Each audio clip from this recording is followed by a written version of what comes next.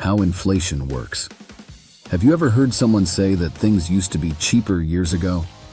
A cup of coffee might have cost less than $1 decades ago. A movie ticket might have been just a few dollars.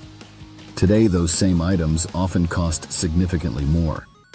This gradual rise in prices over time is called inflation. Inflation affects almost every part of the economy, from groceries and rent to salaries and savings. It influences how far your money goes and how businesses make decisions about pricing and investment. So today, we are going to walk through how inflation works and why prices tend to rise over time. Chapter 1. What inflation is.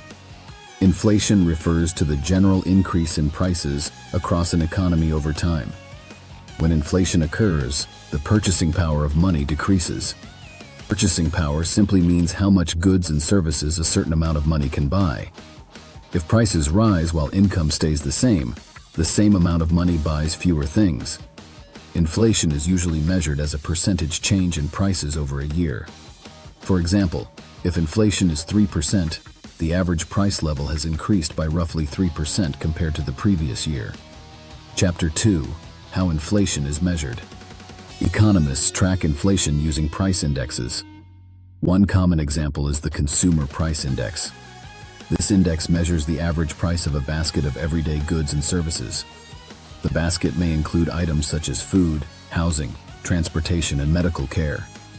By comparing the price of this basket over time, economists can estimate how overall prices are changing. Although individual prices may rise or fall, the index attempts to capture the overall trend across many categories. Chapter 3. Demand and supply. One common cause of inflation occurs when demand for goods and services grows faster than supply. If many people want to buy a limited number of products, sellers may raise prices. For example, imagine a concert with only a few tickets available, but thousands of interested buyers.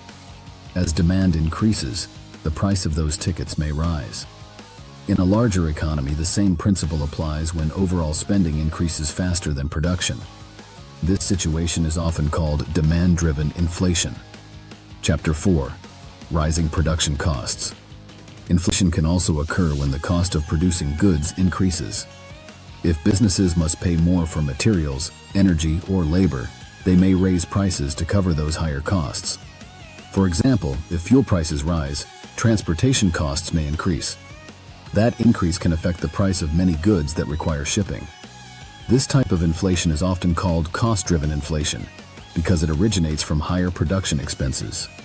Chapter 5. The role of money supply. Another factor that can influence inflation is the supply of money in an economy. If the amount of money circulating in the economy grows rapidly, more money may compete for the same amount of goods and services. When this happens, prices may rise. Central banks monitor money supply and interest rates to help maintain stable inflation levels. Managing these factors is one of the tools used to influence economic conditions. Chapter 6. Inflation and interest rates. Interest rates often move in response to inflation. If inflation begins rising too quickly, central banks may increase interest rates. Higher interest rates make borrowing more expensive. This can reduce spending and slow down the pace of price increases. On the other hand, if economic activity slows too much, central banks may lower interest rates to encourage borrowing and investment. These adjustments aim to keep inflation at manageable levels. Chapter 7. Moderate inflation versus high inflation. Not all inflation is considered harmful. Many economists believe that a small, steady level of inflation can support economic growth. Moderate inflation can encourage spending and investment rather than hoarding cash. However, very high inflation can create serious problems. If prices rise rapidly and unpredictably, it becomes difficult for businesses and households to plan financially. In extreme cases, inflation can spiral into hyperinflation, where prices increase dramatically within short periods. Chapter 8. Inflation and wages. Inflation does not only affect prices, it also influences wages and income. In many cases, wages gradually increase over time as prices rise. However, if wages grow more slowly than inflation, purchasing power declines. This means people may feel financially strained even if their salary increases slightly. The balance between wage growth and inflation is an important factor in household economic well-being. Chapter 9. Everyday examples of inflation. Inflation often becomes noticeable in everyday purchases. Groceries, rent, transportation, and utilities may gradually become more expensive over time. Subscriptions, restaurant meals, and travel costs can also reflect broader inflation trends. Although the changes may seem small from year to year, the cumulative effect over decades can be significant. This is why long-term financial planning often takes inflation into account. To wrap up, inflation refers to the gradual increase in prices across an economy over time.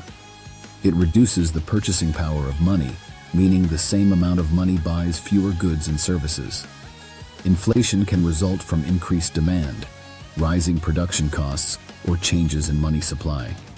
Central banks monitor inflation and adjust interest rates in an attempt to maintain economic stability. While moderate inflation is common in growing economies, extremely high inflation can create serious economic challenges. Understanding inflation helps explain why prices change and why money may seem to stretch differently over time. This has been a mini Leviathan production. If you enjoyed it, check out our other videos. Comment below what other topics you would like us to cover. See you in the next one.